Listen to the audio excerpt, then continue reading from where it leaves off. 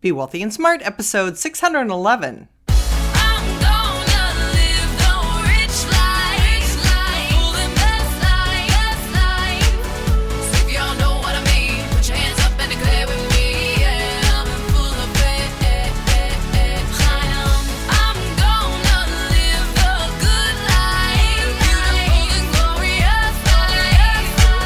Step into a world of wealth and financial freedom without budgets, boredom, or bosses on Be Wealthy and Smart. And now, here's your host, Linda P. Jones. Welcome to Be Wealthy and Smart. I'm Linda P. Jones, America's Wealth Mentor, empowering women and men worldwide to financial freedom. On today's show, we're going to talk about the real estate market. I like to keep you updated on what's going on, and this article really caught my attention because it says the most expensive homes in the U.S. are not in New York or California. Well, I don't know about you, but I like to keep up on real estate prices around the country. I love to go on Zillow.com and check out what real estate prices are for different states, different vacation places I'm looking at. Just recently when I was in Jackson Hole, of course, my friends and I pulled up real estate for Jackson and that area, and also Island Park, Idaho, and other nearby resort towns. And we were looking at the difference in prices, whether you're on the mountain, whether you're on the river or the lake, whether you're near Yellowstone. We were just checking out all the different prices, and I think that's a really good thing to do. So if that is something you haven't done yet, I would suggest you get on Zillow.com and just check out some different real estate prices around the country. But this article from MarketWatch really got my attention because we typically do tend to think that the most expensive properties are in New York or California. And so I read this article, it caught my eye, and I wanted to share some of the statistics with you in terms of what they had found out in doing this research.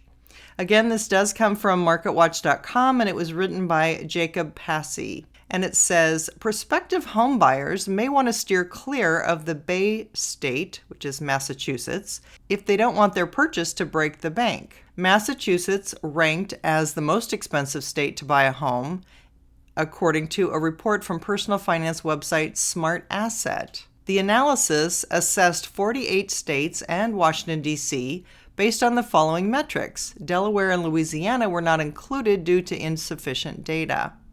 Number 1, effective property tax rate based on U.S. Census Bureau data. Number 2, median listing price and price per square foot, according to Zillow. Number 3, median value for homes in the bottom third of the market. And number 4, average closing costs, according to Smart Asset's own closing cost calculator. All of the states were ranked for each of these metrics, and then researchers calculated their average ranking. This then determined the index value they were assigned on a scale from 0 to 100, with 100 being the cheapest. Massachusetts' index came in at 0, while West Virginia was the most affordable state with a value of 100. Home prices were actually lower in Massachusetts than other notoriously expensive states such as California and Hawaii. The median listing price in Massachusetts was $479,900 versus $550,000 for California and a whopping $632,500 for Hawaii. However, Massachusetts had a relatively higher effective property tax rate, 1.18%, than both of those states. Even then, the Bay State had far from the highest tax rate in the country. That honor went to New Jersey, whose property tax rate of 2.43% contributed to it ranking as the second most expensive state nationwide. West Virginia, meanwhile, is a haven for house hunters looking for a bargain. The state not only had lowest median listing price in the country at $169,900, but also one of the lowest property tax rates at just 0.57%. Overall, the South and Midwest were the cheapest places to be a homeowner, with states from these regions such as Arkansas and Indiana ranking among the most affordable. End of article. Well, that's really interesting. I had reported earlier that because of high state taxes, California and New Jersey had a lot of people moving out of state. And when you look on Zillow, there is a lot of inventory in those states. It does seem like people are migrating out, either retiring early or finding a job elsewhere, or if they're able to be location independent, moving to a less expensive area. So interesting that Massachusetts was very expensive and West Virginia was the least expensive.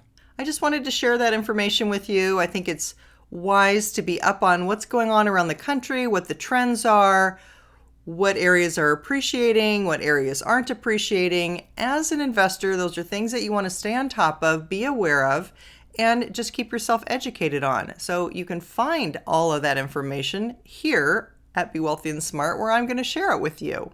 And you'll be the super savviest person at the next gathering of family or friends. As always, I will put a link to this article in the show notes so you can look back, check it out for reference, and click on some of the links provided in the article. If you haven't yet subscribed to Be Wealthy and Smart, hit the subscribe button and you'll be updated as soon as new podcasts are available. That's all for today. Until next time, live the good life and be wealthy and smart. Thank you for listening to Be Wealthy and Smart with Linda P. Jones. Share the wealth and tell your family and friends about the show. Check out our website, blog, and social media for more riches at www.bewealthyandsmart.com.